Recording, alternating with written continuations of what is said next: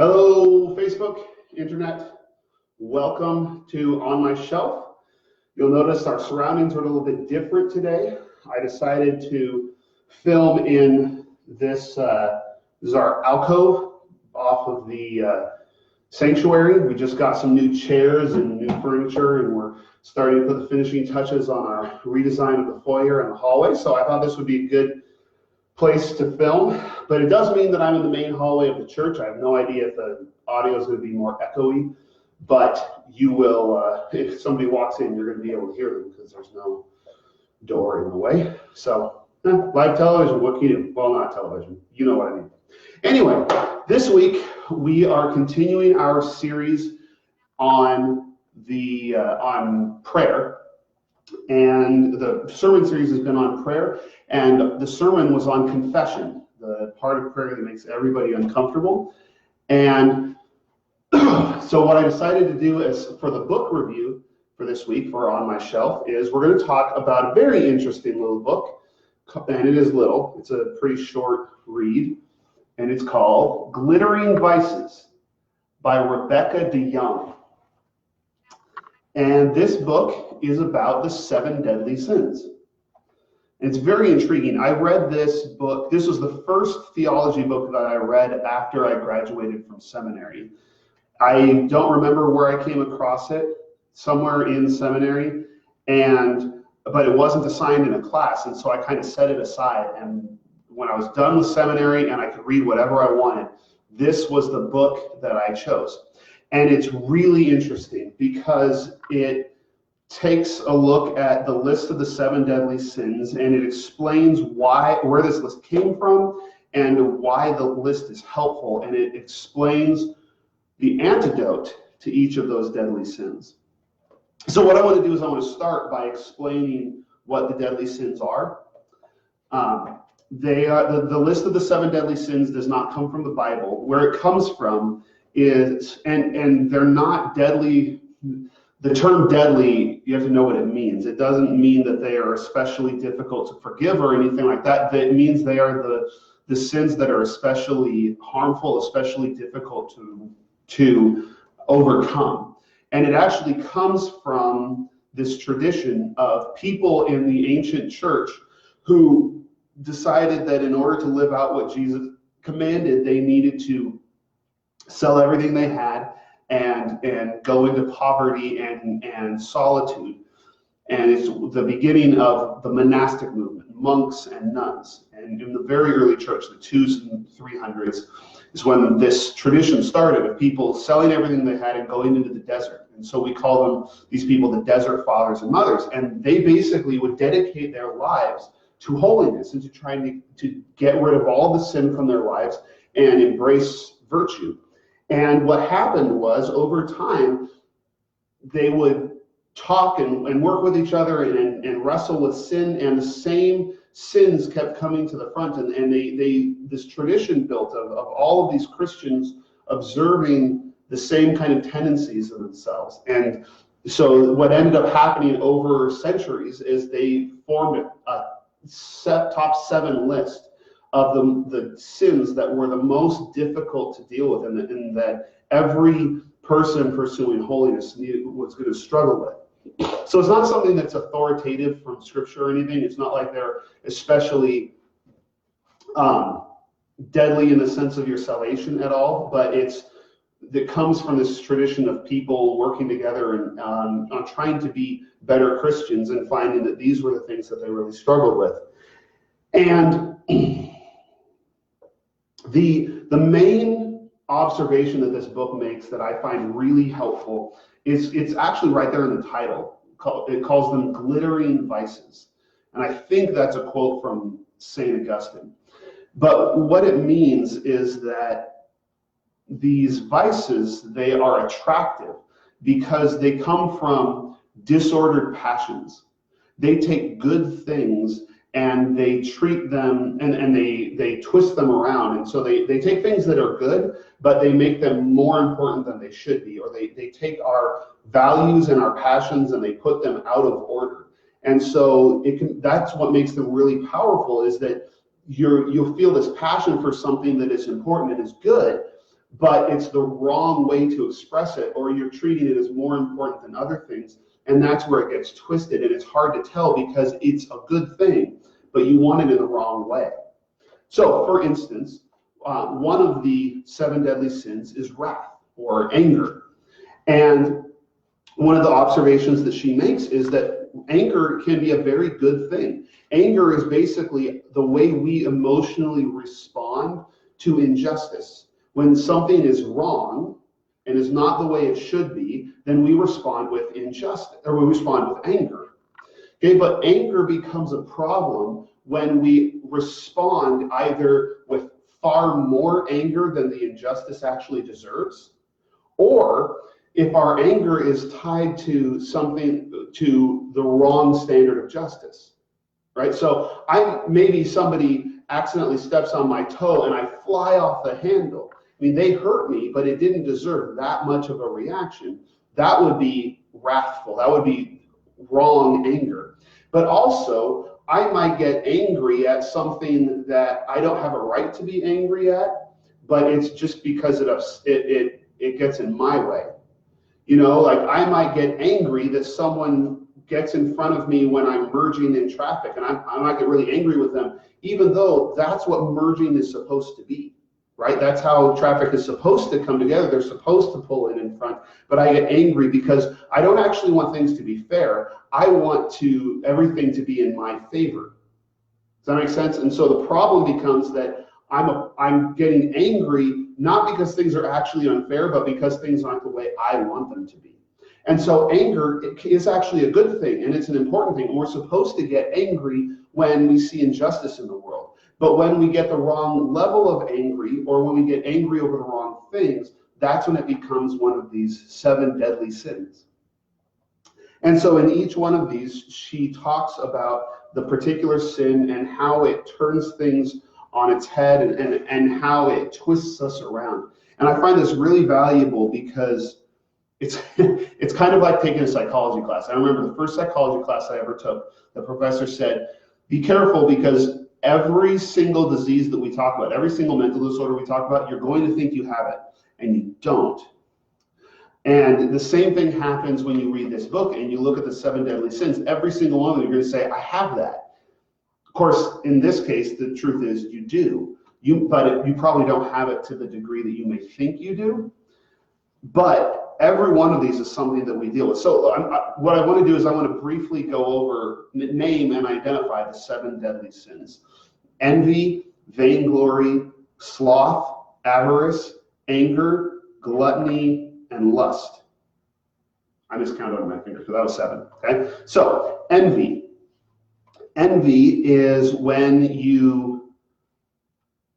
comes from comparing yourself to other people, and it says you find your value in being above other people. And envy is so. There's great quotes at the beginning of these chapters. It says, "Of all the deadly sins, only envy is no fun at all." Because envy is all about comparison. It's about me wanting to be better than other people. I want to win and other people to lose. There's no sense of fairness in envy. It's simply, I want to be better off than the other person. So there's this really interesting quote. She says, a poem in Victor Hugo recounts an opportunity granted to envy and avarice to receive whatever they wished on the condition that the other person received double portion. So imagine if envy and greed were people, and they got a genie said, you can have whatever you want, but I'm going to give the other person double. And envy replied, I wish to be blind in one eye. Because envy doesn't care what it gets as long as it gets more than other people. And so envy just would be willing to lose an eye if it meant that the other person loses both eyes and envy gets to have more. So it's this really, it's this vicious, just corrosive attitude of constantly needing to compare yourself to other people. And I think we all struggle with it to some degree, but some people are consumed by it. And in each of these cases, what she does is, the author is, she tells us what the antidote is. Let me see if I can find, Love is the antidote for envy. When we love people so that we actually want them to have good things, to do well, we actually care about other people succeeding, regardless of whether we do better. That's the antidote. We need to love other people. The next one is vainglory, which we kind of associate with pride, but pride is bigger. All of the deadly sins deal with pride, but vainglory is, let me read the opening quote from Garrison Keillor. It says, "I lust after recognition. I am desperate to win all the little merit badges and trinkets of my profession, and I am of less real use in this world than any good cleaning lady." Vainglory is the desire for recognition, the desire for attention, to win, or the desire to, it says the desire to get recognition, for fame, for everybody to look at me. So that desire for attention, and this is the junior high boy kind of thing. Like if you've worked with youth, you know this attitude where any attention is good attention, right? Is the kind of the idea. So I'll do anything as long as someone will look at me. That's vainglory, and I think we can see all over the internet what that kind of attitude does. It's this and it's this disordered. It is taking our good impulses and twisting them around and perverting them, because we do want to be loved. We want to be paid attention to, but vainglory is this idea that I need that in order to be worth something, and so it turns into this greed for attention. The next one is sloth. And sloth, we tend to think, we don't use that word very often anymore except to refer to the animal, and we tend to think of it as laziness. But so this was one that was really powerful for me as I read this book. Sloth is not simply being lazy. Sloth is unwillingness to change. And in that case, sloth can actually, you can be a workaholic and still be slothful. Because if you're a workaholic, if you are addicted to work, you have to be doing things in order to feel valuable, and you're never willing to actually deal with that part of you and to actually like take a break and observe a Sabbath and give God some space in your life. If you're not willing to do the work that it takes to slow down, then you're dealing with sloth. Even though you're constantly on the run and you're addicted to caffeine and you're going nonstop all day, you're still dealing with sloth. Sloth is this inertia, this feeling of I don't want to do the work that it takes to root out the sin in my life. I just want to stay where I'm at and stay in my comfort zone and stay in my rut. And that is a very powerful temptation that I deal with a lot. So this is why we're doing this after a sermon on confession, is because these are things that we often need to recognize in ourselves. And I'll confess that to some degree I deal with all of these. The next one is avarice. Avarice is a fancy word for greed. It's wanting things. And let's see, how does she define greed?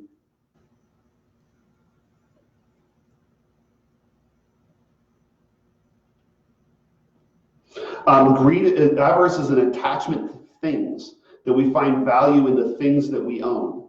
And so, God gave us good creation, and He gave us good things. He gives us good gifts, but avarice is becoming obsessed with those things and finding all of our value in having those things and having the best things. And so we become obsessed with them. Anger, we already talked about. Anger is, or when it becomes a sin, it's becoming more angry than we should, or becoming angry over the wrong things, when it just takes over, that our sense of injustice, our sense of pride, like wrath comes out of pride a lot, because we get angry because I deserve to be treated better, and we'll just fly off the handle because we have such strict expectations of how we're going to be treated. Wrath can be a very powerful sin. Next is gluttony. And gluttony is really important because gluttony, we think of being overweight and being fat and overeating. That's not what gluttony is. You can actually be very, very thin. You can be very disciplined and still be gluttonous. Gluttony is being obsessed with physical pleasure or controlling physical pleasure. So gluttony could be eating, you want to eat everything. But gluttony could also be wanting to eat only the best things. Gluttony could be basically it's an obsession with consumption.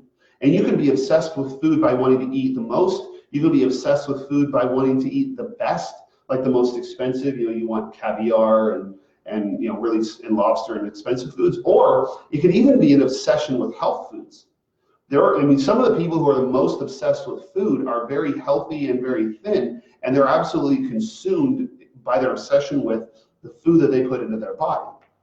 And all of those can be gluttony because it's this obsession with what we consume and what we put in our bodies. And the last one is lust. And lust is very similar to gluttony, except the focus is a person. And you focus all of that consumption on a human being and you turn them into an object. Again, each one of these begins with something good and it twists it. And so she says that when you talk about sex, you have to acknowledge at the beginning that sex is a good thing that can be turned wrong. Here's what it says, and I don't know who Mrs. Grundy is. You may know, but it says, here's a quote: "Contrary to Mrs. Grundy, sex is not a sin. Contrary to Hugh Hefner, it is not salvation either. Like nitroglycerin, it can be used either to blow up bridges or to heal hearts." So sex can be used as a good thing, it can be used as a bad thing. And in lust, what we do is we turn other human beings into objects and we consume them. And we make ourselves feel better at their expense. So we turn this good thing that God has given us into a destructive, parasitic kind of thing. I found this book really, really interesting because it forced me to really dig deep in myself and my own motivations and my own heart and take a real honest look. And so I think if you read this book, I highly recommend it. I think it's pretty readable. Some of the books I've recommended and will recommend will be pretty academic, but this one's pretty readable. And it is a good basis for some real deep confession that you're going to have to do and acknowledge before God where you're at, but also it gives you some good hope for how God can transform you and lead you out of this kind of sinfulness and decay. So I think this is definitely worth reading, worth chewing over, and worth meditating on. All right, so that's on my shelf for today. Next Sunday, we're going to talk about lament, which will be very interesting. And I don't remember what I've chosen as my book for the week of lament, but it'll be our last week in July when we're talking about how prayer helps us to grow. And I think lament is a very, very important and undervalued kind of prayer. And it also serves as a springboard, as a motivator for next month when we talk about how we can serve the world through prayer. So if you're local, I hope you'll join us for church on Sunday. Either way, I hope that you'll tune back in again with us next week when we do another book review. So I'll see you then. God bless.